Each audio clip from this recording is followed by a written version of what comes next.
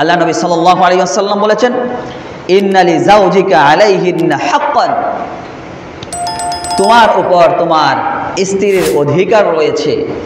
আল্লাহ তাআলা প্রত্যেকটা স্বামীকে, প্রত্যেকটা পুরুষকে তার স্ত্রীর উপর অধিকার দিয়েছেন, কর্তৃত্ব দিয়েছেন। এখন কর্তৃত্ব বলে এই নয়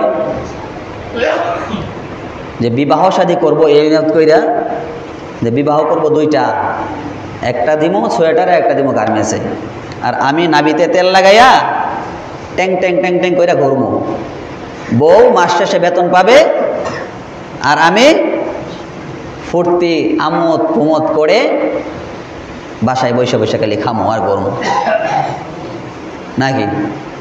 আল্লাহ তাআলা পুরুষের কর্তৃত্ব এটা দিয়েছেন যে নারী চাকরি করবে আর পুরুষ বাসায় বৈশা বৈশা খাবে। লজ্জা থাকা উচিত, ন্যূনতম লজ্জা থাকা উচিত, লজ্জা হওয়া উচিত। এগুলো পুরুষ নামের হিজরা, পুরুষ নামের হিজরা। এগুলা কথা তিতা লাগবে, কথা ভালো লাগবে না, এটা জানি আমি। কথা যে ভালো লাগবে না এটা জানি। আল্লাহ তাআলা কোরআনুল কারিমে বলেছেন, ওয়াকারনা ফি বুয়ুতিকুন্না ওয়ালা তাবাররাজনা তাবাররুজাল জাহিলিয়াতিল উলা, জাহিলি জামানার নারীদের মতো তোমরা বাহিরে ঘোরাফেরা করো না। আপনি স্ত্রীকে খাওয়াইতে পারবেন না, বিবাহ শাদী করছেন কেন? আপনার জন্য তো হারাম বিয়ে করা। বিয়ে করা কার জন্য সুন্নাত, কার জন্য ফরজ, কার জন্য মুস্তাহাব, কার জন্য হারাম। যেই পুরুষ নারীর হক আদায় করতে পারবে না, যেই পুরুষ নারীর ভরণ পোষণ দিতে পারবে না, তার জন্য বিবাহ শাদী করা হারাম। আপনি রোজা রাখবেন সারা বছর, আপনি বিবাহ করেন না। যেই পুরুষ তার স্ত্রীকে পর্দায় রাখতে পারবে না, ওই রকম ভাবে যেই পুরুষ স্ত্রীর ভরণ পোষণ দিতে পারবে না, তার জন্য বিবাহ করা ঠিক না। সে রোজা রাখবে সারা বছর। রাসূল হাদিসে বইলা দিছে, কার জন্য বিয়ে করা ফরজ, কার জন্য সুন্নাত, কার জন্য মুস্তাহাব, কার জন্য হারাম। এই জন্য বিয়ে করার আগে নিয়ত করেন যে নারীর একজন স্ত্রী যখন আমি ঘরে নিয়ে আসব, তার সম্পূর্ণ ভরণ পোষণের দায়িত্ব কিন্তু আমার। এটা নিয়ত করে বিয়ে করবেন যে সম্পূর্ণ ভরণ পোষণের দায়িত্ব আমি দিব, আর এটা দেওয়ার ক্ষমতা যখন হবে আপনার, তখন বিয়ে করবেন।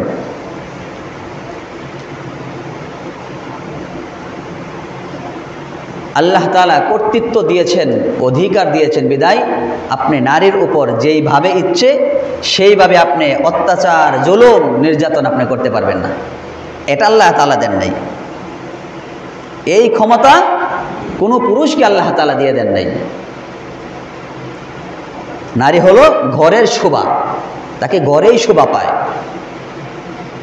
আর এমন নারীও তো আছে সমাজে, এমন মহিলাও আছে যে পুরুষ সারাদিন বাহিরে কাজকর্ম করে আসে।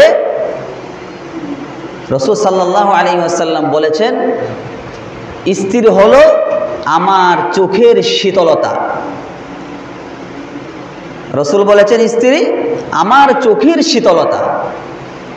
যখন একজন পুরুষ সারাদিন এরকম কাজকর্ম করে ঘরে ফিরে, তখন প্রত্যেকটা নারীর উচিত সেই পুরুষ তাকে দেখার পরে যেন এরকম ভাবে তার চোখের শীতলতা চলে আসে, তার মনে আনন্দ চলে আসে, মনে শান্তি অনুভব করে।